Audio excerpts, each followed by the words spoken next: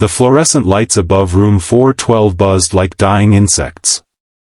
Aryan Khanna sat on the edge of the narrow plastic chair, elbows on knees, staring at the too small blanket covering his 6-year-old daughter. Kiara's face looked impossibly small against the white hospital pillow, cheeks flushed, lips cracked, oxygen mask fogging with each shallow breath. Pneumonia. Again. The third time in 14 months. He hadn't cried yet. Not tonight. Crying felt like giving up, and single dads didn't get that luxury. The wall clock read 2:17 a.m. Visiting hours had ended 7 hours ago. The nurses had long stopped asking him to leave, they just brought him lukewarm coffee and pretended not to notice when he slept sitting up. His phone was at 4%. No messages. No one to message, really. His parents were 300 kilometers away and still angry he'd chosen that woman 8 years ago. His sister had her own family. Friends from college had slowly ghosted after the divorce papers were signed. Just him and Kiara against the world. And the world was winning. He rubbed his face, feeling 3 days of stubble. Tomorrow, today, technically, he had to be at the construction site by 7 a.m. The foreman had already warned him, one more late shift and he was out. Rent was due in 9 days. Kiara's nebulizer medicine cost more than his weekly grocery budget. He closed his eyes for what felt like 2 seconds. When he opened them again, someone was standing at the foot of the bed. Tall. Impeccably dressed even at 2:43 a.m. charcoal 3-piece suit, blood-red tie, cufflinks that caught the light like tiny blades. Black hair swept back, silver beginning at the temples. Face carved from the kind of money that bought privacy instead of attention. Aryan straightened instinctively. The stranger didn't speak at first. Just studied Kiara with an unreadable expression, then let his gaze slide to Aryan, slow, deliberate, like he was pricing an item. "You're the father," the man said. Not a question. Aryan nodded once. Voice rough from disuse. "Yes." A long beat of silence. "I'm Reyansh Malhotra." The name hit like cold water. Reyansh Malhotra. The Reyansh Malhotra. Malhotra Group. The man who owned half the skyline Aryan spent his days building. The same man whose face appeared on business magazine covers with headlines like, "The Ice King of Indian Industry," and 40 under 40 billionaires who don't smile. Aryan's first coherent thought was absurd, he's taller in person. "Why are you here?" Aryan asked, quieter than he intended. Reyansh's eyes flicked back to Kiara. "My sister's daughter was admitted 2 floors up this evening. Same wing. Same diagnosis." A muscle ticked in his jaw. "They told me the pediatric pulmonologist is only taking one emergency case tonight due to staff shortage." Aryan felt the floor tilt. "They're prioritizing her," he said. Flat. Not a question. Reyansh didn't deny it. "Yes." Aryan's hands curled into fists on his thighs. He looked down at Kiara's tiny chest rising and falling too fast. The oxygen saturation on the monitor hovered at 89. He wanted to scream. He wanted to beg. He wanted to break something. Instead he just whispered, "She's been like this before. She'll fight through." Reyansh watched him for another long moment. Then he stepped closer. Close enough that Aryan could smell expensive cologne and something sharper underneath. Exhaustion, maybe. Or guilt. "I can get the doctor here in the next 20 minutes, Reyansh said. "Full team. Best equipment. Private room upgrade. Unlimited medication. Everything." Aryan's head snapped up.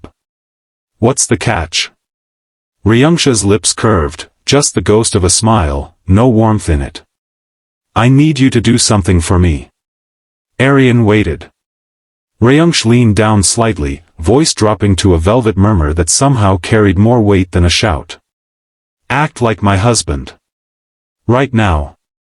The words landed like a slap. Aryan blinked. What? My board is trying to force me out. They need a weakness. A scandal.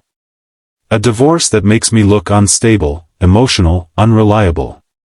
Reyansh's eyes were flat black pools.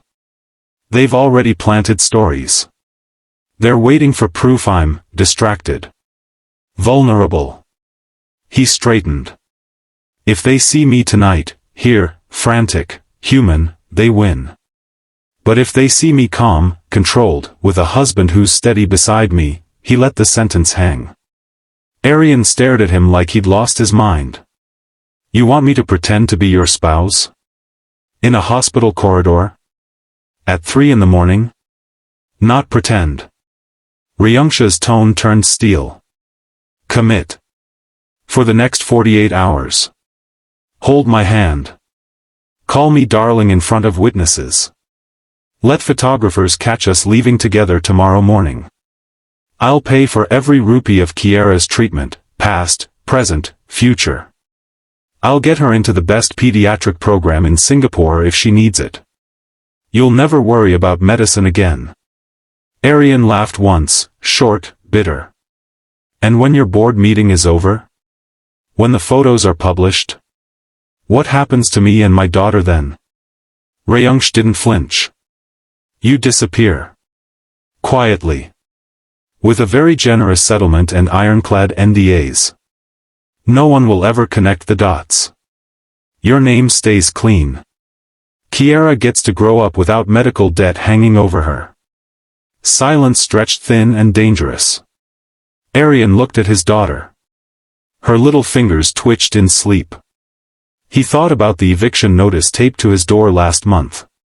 The way Kiara cried when the chemist said, no more credit. The nights he went to bed hungry so she could eat. Then he looked at Reyansh Malhotra, untouchable, cold, offering salvation wrapped in a lie. Aryan stood slowly. How do we start? Reyansh exhaled, just once, almost imperceptibly. He reached into his breast pocket and pulled out a slim platinum band. Simple. No stone. Masculine. He held it out. Aryan stared at the ring like it might bite. Then he extended his left hand. Reyansh slid the band onto Aryan's fourth finger with surprising gentleness. It fit perfectly. Of course it did. Reyansh slipped a matching ring onto his own finger. Then, without warning, he cupped the back of Aryan's neck and pulled him in. The kiss was brief. Clinical. Just enough pressure to sell it if anyone walked past. Aryan tasted mint and desperation.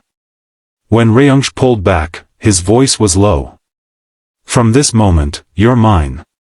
And I'm yours. Until Monday morning.